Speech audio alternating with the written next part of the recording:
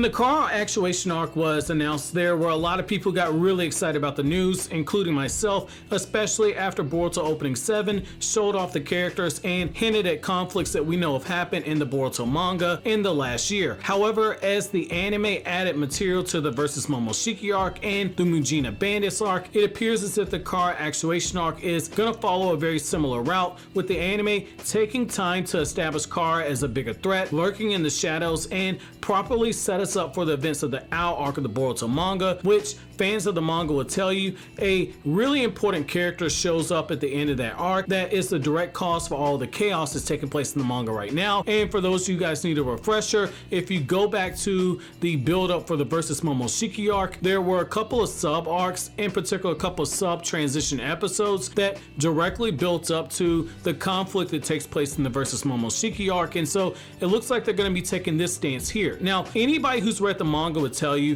the members of Kara definitely need to be fleshed out in the anime. We need more information about the inners, we need to know more about their quirks, and we definitely need more information about the outers and about Kara as a whole. Given Ukyo Kodachi has talked about how Kara has been shaping the ninja world by using its outers, all without the 5 Kage realizing that they have a serious threat right underneath their noses, this gives us a chance to explore the information in a very serious way. And so what I want to do now is I want to go over the information that we've been given about the Kara Actuation arc, and I want to talk about the synopsis that we got. And I know this came out a few weeks ago, but I wanted to take some time and actually compose my thoughts before I actually got into this, because I want to kind of give my spin on it, because I think that when you look at the full context of everything that's come out, I think that we actually got the ingredients for a good arc. So what I'm going to do now, I'm going to read the synopsis that was released by TV Tokyo, and then I'll come back to you guys with my thoughts. With Sasuke Uchiha having a grasp on some of the knowledge regarding the actual existence of the organization that was known as Kara, it was inevitable that Boruto will want to investigate that organization too. However, Sasuke warns him to keep focusing on his missions for now. With that being said,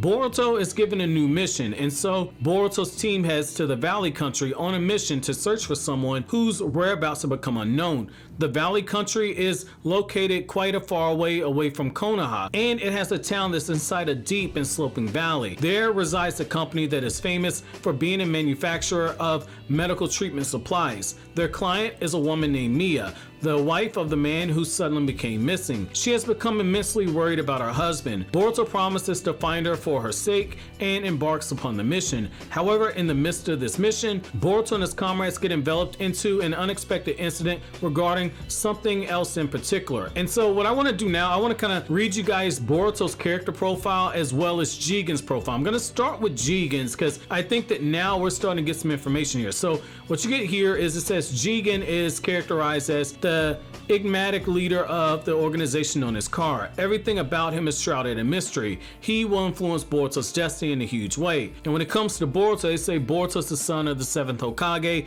Naruto Uzumaki. He wants to do some investigating about the organization named Kara, but he has to head towards the Valley Country on a new mission. Instead, there a very unexpected destiny for Boruto is starting to be set into motion as well. End quote. So one thing that I'll say right here is that they're definitely hyping up Kara in a way, and you guys have to look at the context of what's in the actual quote, because they don't directly mention Kara, but there's a few things that reference Kara in this. So I want to kind of go back to Boruto's profile for the anime teaser, where it states that this mission is setting his destiny in motion, which those of us who've read the manga know that Boruto's future has definitely changed in some drastic ways. Now, what I also like about this is that we see that Sasuke is searching for information on Kara. Now, we know from the manga that Sasuke was poking around, looking for information on Kara, and at one point, one of the Kara members gets close enough to Sasuke to observe him without Sasuke even realizing it, but we don't actually see this take place, we just know that this happened. And so now we actually get to at least see Sasuke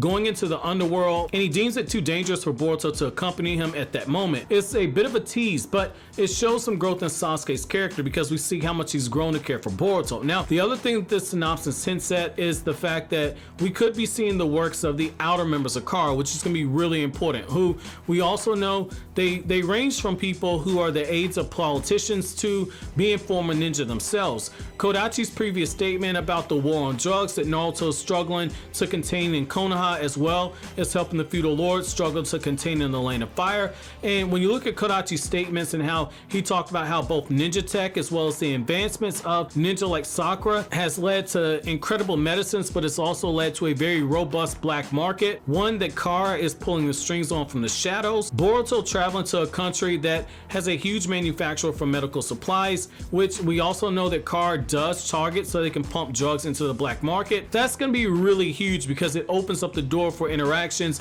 with outer members of Kara. Now, I also really think that this is a good idea because it also opens up the door for something we've only seen in passing in Boruto, where Boruto went to a very seedy looking site when he was searching for Kodachi, and as we saw in the Byakuya gang arc, not all parts of the Land of Fire have prospered like Konoha. There's some real wealth inequality going on. There's some really poor sections of the Land of Fire. People are suffering there, which was touched on in the Kakashi Hiden novel that's set directly after the 4th Great Ninja War. Now, even if we only get more hints and references to what Kodachi's mentioned before, I think that this is a really good first step in establishing Kara as being the massive threat that it needs to be to really get them over with fans. Now, the manga portrays these characters as being chakra powerhouses who can throw down with even Naruto and Sasuke when we get to the inner members of the group, but we know from Kodachi's words that they have an even bigger pool of characters and they have a really wide sphere of influence. So this will be really interesting to see how everything's built up to the Owl arc of the Boruto series when that does get adapted, where Boruto comes into direct contact with the members of Kara. So I want to know from you guys, so what are your expectations on this and how do you personally feel that this should be taken? Do you guys think that this would be a good way to introduce the outer members? Do you think that's what they're attempting to do? Let me know what you guys think down in the comment section below. But as always, guys, if you like anything I had to say, don't forget to comment, rate, subscribe, and share. Thank you so much for watching all the way to the end. Have an awesome day, guys.